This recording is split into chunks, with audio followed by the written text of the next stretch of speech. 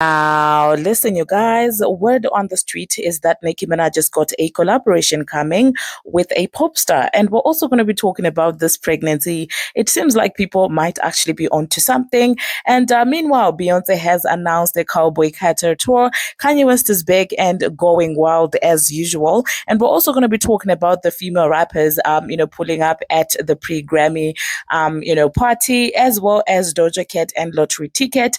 We're also going to be discussing about UMG seemingly shading the behind out of Judas Degrassi. Now, these are some of the things that we are going to be talking about in this video. Hello, tea lovers, and welcome to the tea blog. I trust you guys are doing well, and I trust you are doing great. Personally, I am doing great, you guys. I am doing extremely amazing. And without further ado, let us dive straight into today's tea. So, first of all, let us talk about this entire situation with Nicki Minaj and the alleged collaboration that is coming up. Now, word on the street is that Sabrina Carpenter is going to be releasing the Bed Cam remix, featuring Nicki Minaj very soon. Now, what do I think about this rumor? First of all, I would like to say that, a lot of these rumors, this type of rumors actually do go around a lot. And sometimes fans end up getting disappointed when they realize that, listen, no such collaboration is actually going to come up. But I will say that there was a moment where Sabrina and Nicki Minaj had like a little sweet tapa exchange that I'm like, okay, maybe something was brewing then. But hey, it's just my opinion. So yeah, let me know in the comment section, you guys, what you think about that. And I did see Nicki Minaj mentioning, putting Sabrina Carpenter under the list of, some of the artists that inspire her, some of the artists that she likes. So yeah, I could see that happening. Are you here for this, or are you just like, Mama Beer, it's okay, you can go on hiatus? Speaking about Mama Beer and hiatus, there is a video that I posted earlier on, and if you have not watched it, go check it out. It's basically a live video of Nicki Minaj and Fanny Marco, and they were having a Kiki King, okay? They were basically celebrating the 1 million views that Trinidad K managed to get. And you do know that any interaction between Nicki and Marco is going to be funny because she seems to know how to respond to her dry humor. You get what I'm saying? Like, it's not awkward because she knows that it's dry humor and she knows how to match his energy. So in that live, it seems like some fans are convinced that the way Nicki was glowing, she has to be pregnant, okay? Some people are saying that the last time that she came out this glowing was when she was pregnant with Mama Bear, with Papa Bear. Oh my God, not with Mama Bear, with Papa Bear. So yeah, fans are convinced that they might actually be, something cooking in the oven. And I mean, in the previous weeks, people have spoken about, the fact that she said she's not going to come for at least another year. And so people are saying, well, that's her basically saying she's not going to be coming out of the hiatus until she delivers. But whatever the case is, if she indeed is pregnant, of course, we're happy for her. So these are some of the comments that people were out here saying. Somebody said, that's Papa Bear. And somebody said, Mova is pregnant. Yes. And somebody said, pregnancy glow will tell on you every time. And somebody said, she is pregnant AF. Look at the pregnancy face. And another person said, yeah, my girl pregnant. Someone also said that it's giving bun in the oven. And someone also said she hasn't glowed like this since she was pregnant with Papa Bear. I've been knew she was pregnant.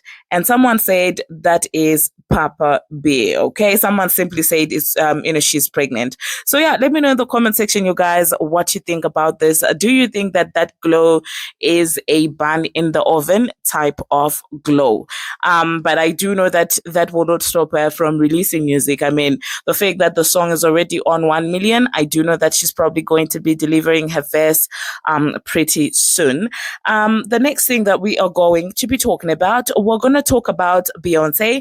So it seems like Beyonce has decided to announce the album Cowboy, not her album, her album tour, Cowboy Carter. And, in true Beyonce style, she did an entire, type of video, with the blonde braids, with the, what do you call it? Bleached eyebrows and red lipstick. And, yeah. Let me know in the comment section, where are you ready for the Cowboy Catcher tour? And do you think that it's going to be giving as much as Renaissance was giving? I did see people debating, saying that, well, the reason why Beyonce goes on these tours is because she genuinely likes to see her fans and she doesn't do it for the money. So at this point, she might as well sell the tickets for $2. Because I'm sure if you put together $2 from each person, it's enough to cover the cost of the employees and the cost of all the other costs, and then she breaks even, and there's no need for profit. Because I saw some people saying that it's not for the money, and I'm like, listen, come on, sometimes you gotta be real, all right? Um, Speaking of Beyonce, of course, the Grammys are tonight, and we're gonna see if Cowboy Carter is going to, get the album of the year. I mean, maybe this entire album of the year announcement has to go together with, her winning, the AOTY, because yeah, it would be for her. That would be a moment. You just announced your album and your album tour, and the same day, the album gets a Grammy. Let's see how everything is going to play out tonight. Now, the next thing that we're going to be talking about, people are out here making fun of Fraudulent Nation's best friend, Megan, the one with the glasses who always reports in a biased manner when it comes to Fraudulent Nation. So you guys do know that ASAP Rocky is currently, during trial, and Rihanna is popping out there to support him and stuff like that. So obviously it's inevitable that, Megan would be there chasing clout per usual, worried about black people trials and news per usual, and being biased whilst at it. So in a certain video that is circulating on the internet, it does show Rihanna leaving the courtroom, and there you see Megan like hovering and trying to get out of frame for that video. And so people are making fun of her in that entire video. I will insert it. I think I've already inserted it when I was talking about this. Anyway, the next thing that we're going to be talking about, we're going to talk about Kanye West. Kanye is back. Kanye is back. Kanye is being notorious once again. And Kanye is only following one person, Taylor Swift. Okay. Now the Swifties are not having it this time. They feel like this is borderline the B word, like boo, lean. They think that that's exactly what's happening with Kanye West, because you do know that the history between the two has not been great. So the fact that he is only following, Taylor, yeah, the Swifties are not having it. However, I did see some people from the general public saying that, well, it just means that Kanye is being a fan. And I'm like, listen, you guys, this is weird. If he was following 2, 3, 4, 5 people, that would have been better. I do believe that Kanye knows exactly what he's doing with following just Taylor. He probably knew that it was going to make news like this. And once again, there he is, obsessed with this woman, and it's absolutely, it's absolutely not fair in my own opinion. And that's not the only woman that Kanye decided to come for. He decided to come for Kamala, saying that, listen, he wanted to lay down with Kamala, but he doesn't lay down with losers. And I'm just looking at him like, boy, what is your problem? Okay. So yeah, let me know in the comment section what you think about that. He also did take the time to thank the scammers, and was also bragging about coming back a billionaire, and was showing us, their private charts with Elon Musk. Yeah, it's a lot that is going on with that man. The next thing that we're going to be talking about, we're going to talk about UMG. UMG is being absolutely shady towards Judas Degrassi. Now, whilst I would like to act surprised by all of this, I actually am not surprised. Like academics was predicting, it seems like UMG is done with Judas Degrassi, like done. Okay, because they recently, we're out here congratulating, their black artists. So this is the post that they shared. They said UMG celebrates the legendary black artists, musicians, and songwriters who have made and continue to make history and impact culture. It is imperative to honor not only the legacy of black artists who paved the way, but also the hitmakers who are evolving the music industry. And in that video, they shared different, different people. Dochi, I see a lot of people really. I see Kendrick Lamar. I see, all these other artists. There is even Abel, The Weeknd, and I do not see Judas Degrassi in that video. So obviously, Judas Degrassi fans are livid. Okay, they're like, listen, why are you playing with Drake? Even if you're not like in a good space with him right now, he made you, the most hits. He made you a lot of money. That's just petty. That's too low for a corporate to do, and stuff like that. And I'm just like, with this Judas Degrassi thing, especially after I've heard that he goes around spreading Nicki's tea to people, to Nicki's ops. I'm just like, at this point, it is what it is, Judas. You've got to learn to take it. I mean, at some point, it was your moment, and you were shining, and you were benefiting from the industry machine. So this is your bed, okay? Lie into it, in my own opinion. But that being said, I do hope that if Kendrick is also getting incentivized for this entire thing, I hope he also knows that his own day is going to come, unless he agrees to being a non-complainer, to not wanting more, to not bargaining for a bigger piece of the pie, because that's where the drama comes from. Okay, even when you trace the Michael Jackson debacle, the drama starts when they feel like now you have more power, now you want to bargain for a bigger piece of the pie. That's where the drama starts. So as long as you're allowing yourself to stay in your place, okay, I will say in your place, but you get what I'm trying to say. As a black artist, you are supposed to stay in your place. That's what they tell these artists, in my own opinion. So as long as he's able to do that, I think he will not have a problem. But the moment that he realizes that, listen, I actually deserve more, they will have an issue with you. Okay. So yeah, let me know in the comment section what you think about that. Personally, I respect somebody who's able to see their worth. I respect somebody who does not honor the place that the machine wants them to be in. Because what do you mean stay in my place when you're making a lot of money from me? Like, no, man. No. I think when it starts, you feel like they're doing you a favor. I think the problem is when you're starting, you feel like they're actually doing you a favor. So you take it, you're happy with it. But as you stay, you're like, wait a minute, I'm actually getting 0.003% of the pie. Where's the rest of the pie going? And that's when the problem starts. Okay, because that was when the problem started.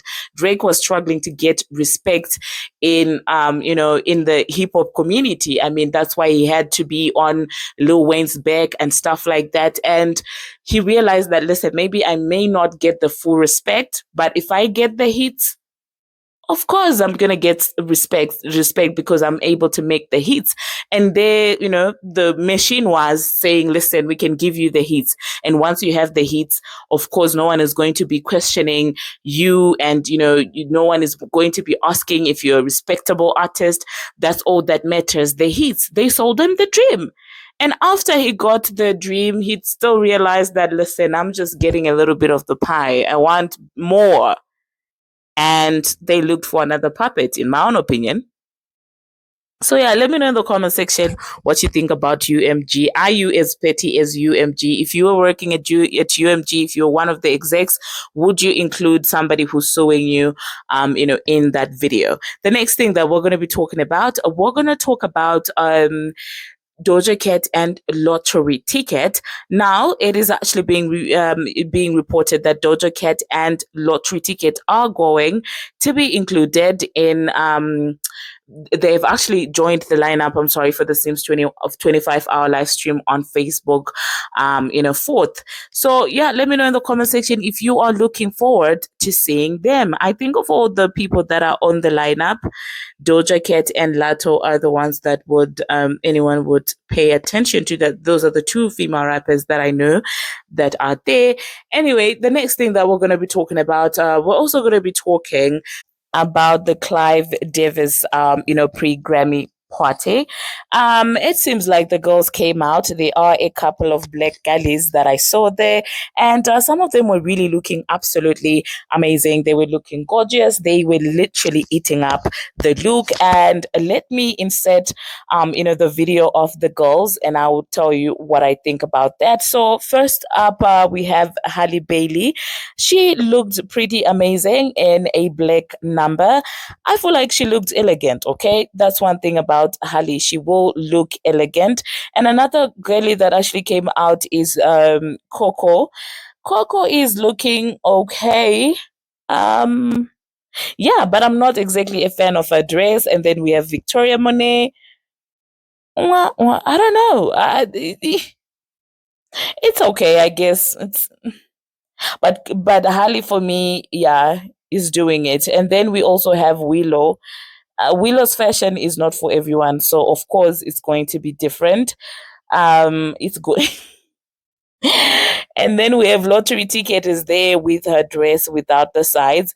I will say that if it were anyone else, I would probably had like a lot of things to say just because I would probably expect more from their, red carpet look. But it is Lottery Ticket, and I know that for her, this is her trying.